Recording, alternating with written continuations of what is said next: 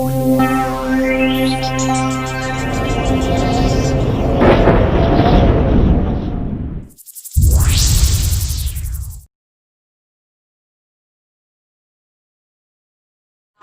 anak-anak, bagaimana kabar kalian? Tuhan berharap kalian tetap semangat belajar dan sehat selalu ya. Nah, pada video pembelajaran kali ini kita akan belajar tentang sistem gerak pada manusia. Kemarin kalian sudah belajar tentang sistem gerak pada hewan. Sistem gerak pada manusia, kita akan belajar tentang 4 hal, yaitu rangka manusia, penyakit tulang, otot manusia, dan penyakit otot. Nah, sistem gerak pada manusia adalah sistem organ tubuh yang berperan dalam pergerakan tubuh. Sistem gerak manusia dibagi menjadi 2, gerak pasif dan gerak aktif. Gerak pasif itu adalah tulang atau rangka, dan gerak aktif yaitu otot.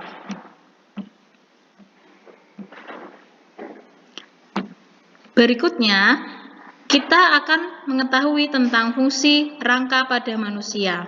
Yang pertama yaitu untuk menegakkan badan. Contohnya tulang belakang. Kita bisa tegak badannya karena adanya tulang belakang. Yang kedua yaitu untuk memberi bentuk tubuh badan. Misalnya tulang tengkorak yaitu memberi bentuk wajah. Yang ketiga yaitu untuk melindungi organ tubuh dalam yang penting, misalnya tulang tengkorak melindungi otak dan tulang rusuk melindungi jantung. Yang keempat, sebagai tempat melekatnya otot. Yang kelima yaitu tempat pembuatan sel darah merah dan sel darah putih, khususnya di dalam sumsum tulang. Yang keenam, sebagai alat gerak pasif. Dan yang ketujuh atau yang terakhir, membentuk persendian yang berfungsi untuk gerakan. Nah, di sini kalian mengetahui mengapa kita sebagai manusia bisa bergerak. Karena adanya tulang dan sendi yang saling berhubungan sehingga kita bisa bergerak atau membuat gerakan. Nah, selanjutnya rangka manusia sendiri dibagi menjadi 3. Yang pertama yaitu rangka kepala atau tulang tengkorak. Yang kedua yaitu rangka badan, tulang belakang, tulang dada, dan tulang rusuk. Yang terakhir yaitu tulang rangka anggota gerak. Nah, anggota gerak sendiri dibagi menjadi 2, yaitu anggota gerak atas dan anggota gerak bawah. Nah, kalian bisa lihat pada layar tentang tulang tengkorak. Di sini sudah terlihat fotonya. Tulang tengkorak tersendiri tersusun atas tulang yang berbentuk pipi. Nah, di sini kalian bisa lihat bagian-bagiannya. Yang ini tulang dahi, tulang baji, tulang air mata, tulang hidung, tulang pipi, tulang rahang atas, tulang rahang bawah, tulang pelipis, tulang ubun-ubun, dan tulang kepala belakang. Nah, tulang tersebut yang menyusun rangka dari tengkorak. Selanjutnya yaitu tulang badan. Tulang badan meliputi tulang belakang. Nah, kalian bisa lihat di bagian kanan ini. Tulang belakang tersusun dari ada tulang atlas, ada tulang leher, ada tulang punggung, ada tulang pinggang, dan tulang ekor. Sedangkan tulang rusuk juga atau tulang dada dibagi menjadi beberapa bagian. Nah, kalian perhatikan di sini. Ada yang namanya tulang rusuk sejati dan tulang rusuk palsu. Begitu pula ada juga namanya kepala tulang dada atau badan tulang dada. Di sini ada tulang dada. Nah, yang lancip di bawah ini disebut tulang taju pedang atau biasa disebut taju pedang. Nah, di sini ada 4 tulang yang menempel pada tulang belakang. Nah, itu disebut tulang rusuk melayang. Nah, selanjutnya ada tulang rusuk yang membentuk rongga dada. Nah, sebenarnya tulang rusuk itu sendiri fungsinya adalah untuk melindungi jantung dan melindungi paru-paru atau tempat beradanya jantung dan paru-paru. Nah, selanjutnya Di bagian tulang bahu sendiri, yaitu penghubung antara tulang dada dan tulang ekor tadi, ada namanya tulang selangka. Nah, kalian biasanya bisa meraba di bagian sini, kalian bisa merasakan adanya tulang selangka. Nah, dan berikutnya ada yang namanya tulang belikat. Selanjutnya ada tulang gelang panggul. Nah, tulang gelang panggul ini posisinya ada di bawah tulang dada atau tulang rusuk. Nah, ini yang biasa kalian gunakan untuk duduk, yaitu tulang duduk, ada tulang usus yang melindungi usus, dan tulang kemaluan. Nah, berikutnya yang terakhir, bagian dari rangka manusia adalah rangka anggota gerak. Dibagi menjadi dua. Tulang anggota gerak atas ada yang namanya tulang lengan atas atau humerus. Nah, bagian sini. Selanjutnya ada namanya tulang hasta yang sambungannya dekat dengan jari kelingking. Berikutnya ada tulang pengupil yang sambungannya dekat dengan jari jempol. Nah, ada juga tulang pergelangan tangan, tulang telapak tangan, dan tulang jari. Nah, itu semua yang menyusun tulang anggota gerak atas. Selanjutnya, kita akan mempelajari tulang anggota gerak bawah. Nah, tulang anggota gerak bawah ini ada namanya tulang paha atau biasa disebut femur. Terus ada tulang tempurung lutut, ada tulang betis, ada tulang kering, tulang pergelangan kaki, tulang telapak kaki, dan tulang jari kaki. Nah, itu semua bagian-bagian yang ada pada rangka manusia.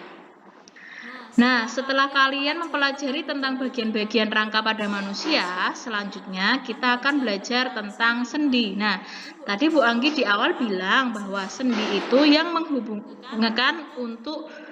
menghubungkan tulang sehingga kita bisa bergerak. Nah, sendi itu adalah, di sini kalian bisa baca, hubungan antar tulang satu dengan tulang lainnya. Nah, jadi hubungan antar tulang satu dan tulang lainnya itu dihubungkan oleh yang namanya sendi. Nah, sendi pada manusia ada 5. Yang pertama, yaitu sendi peluru, sendi engsel, sendi pelana, sendi putar, dan sendi geser. Kita pelajari satu persatu ya. Yang pertama, yaitu sendi peluru. Nah, sendi peluru ini memungkinkan kita untuk bergerak ke segala arah. Nah, di mana sih letaknya sendi peluru itu? Sendi peluru itu terletak di gelang bahu dan tulang lengan atas. Nah, bagian sini. Dan tulang panggul dengan tulang paha. Nah, gambarnya seperti ini. Berbentuk peluru dan tempurung seperti ini. Yang kedua, yaitu sendi engsel. Sendi engsel yaitu memungkinkan gerakan dua arah seperti engsel pintu. Ketika kalian ingin membuka pintu, gerakannya kan ke atas dan ke bawah seperti engsel itu. Nah, sendi engsel pada manusia terdapat pada sendi jari tangan dan sendi jari kaki. Nah, kalian bisa lihat jari tangan kalian hanya bisa menggerakkan ke dua arah, ke atas atau ke bawah. Yang ketiga, gambarnya ya, kalian bisa perhatikan pada gambarnya. Yang ketiga yaitu sendi pelana. Sendi pelana karena gerakannya kedua arah seperti orang yang naik kuda di atas pelana. Nah, misalnya sendi jari tangan dengan telapak tangan. Nah, ini kan ada jari tangan dan telapak tangan. Gambarnya seperti itu. Nah, di sebagian sini itu gerakannya hanya kedua arah. Kalian bisa lihat ya, ke depan dan ke belakang. Nah, ini disebut sendi pelana. Atau biasa disebut sendi pelana itu antara ibu jari dengan telapak tangan. Berikutnya adalah sendi putar. Sendi putar disebut karena gerakannya berputar atau tulang yang satu dapat berputar mengitari tulang yang lainnya. Misalkan sendi atlas dan tulang pemutar sehingga kepala kita dapat bergerak berputar. Jadi di bagian leher ini ada yang namanya tulang atlas dan tulang pemutar atau tulang kepala pemutar nih. Nah, dari sini kita bisa menggerakkan kepala kita berputar. Nah, di sini dinamakan sendi putar. Sudah paham ya gambarnya seperti ini, sehingga kita bisa berputar kepalanya. Berikutnya, yang terakhir yaitu sendi geser atau biasa disebut sendi luncur. Nah, disebut sendi geser karena dari hubungan dua tulang hanya terjadi sedikit gerak pergeseran. Contohnya yaitu sendi pada tulang-tulang telapak tangan dan tulang-tulang telapak kaki. Mungkin kita tidak akan terasa ya sendi geser itu, tapi sebenarnya di antara jari-jari atau tulang telapak tangan ini terdapat suatu sendi yang bisa bergerak bergeser meskipun pergerakannya hanya sedikit. Nah, ini letak-letak keseluruhan dari 5 sendi dalam rangka manusia. Kalian bisa perhatikan ada sendi peluru. Nah, sendi peluru di sini dan di gelang bahu seperti ini. Ada sendi putar di sini. Ada sendi engsel di sini. Ada sendi pelana di sini dan sendi geser di bagian jari-jari kaki atau jari-jari tangan. Nah, dari pelajaran tadi, tentunya sistem rangka manusia juga mempunyai kelainan atau penyakit.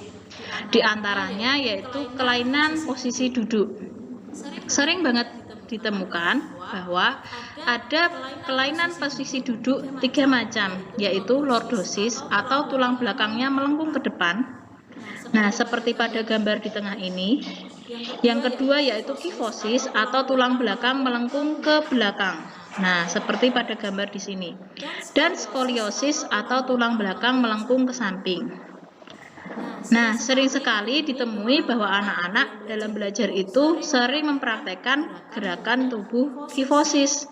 Nah, oleh karena itu, jika belajar, kalian sebaiknya duduklah dengan tegak. Jangan seperti gerakan di sini atau kelainan posisi duduk. Karena jika kalian terbiasa dengan posisi duduk seperti ini, lama-kelamaan kalian akan menderita penyakit lordosis, kifosis, atau skoliosis. Nah, penyakit tulang yang kedua yaitu kista tulang atau pertumbuhan jaringan secara abnormal pada tulang. Nah, kalian bisa lihat gambar di sini. Ada sebuah benjolan. Nah, ini adalah kista yang dia tumbuhnya pada tulang manusia. Yang ketiga yaitu fraktura atau gangguan fisik tulang yang disebabkan oleh patah tulang kaki. Nah, retak atau patah tulang itu disebut fraktura. Berikutnya adalah rakitis. Rakitis itu adalah kelainan pertumbuhan tulang karena kurangnya vitamin D. Nah, selanjutnya ada osteoporosis atau pengeroposan tulang. Kalian bisa lihat di layar foto-fotonya. Dan yang berikutnya, osteomalasia adalah kondisi tulang yang sulit mengeras sehingga mudah bengkok dan patah. Nah, itulah yang beberapa penyakit tulang pada manusia.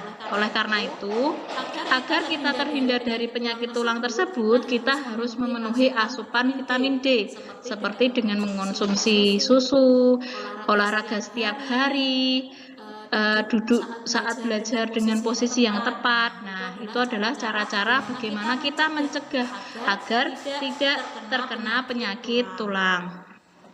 Atau mungkin dalam bermain kalian harus hati-hati supaya tidak terjadi namanya fraktura atau patah tulang.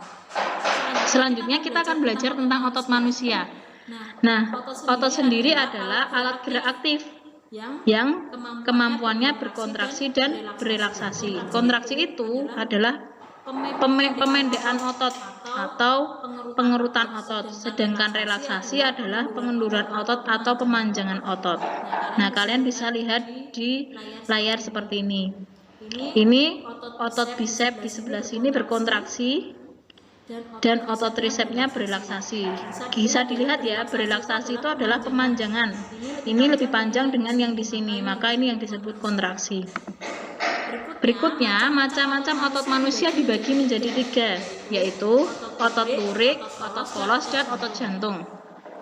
Nah, kalian bisa perhatikan di bawah ini, otot polos itu terletak pada sistem pencernaan.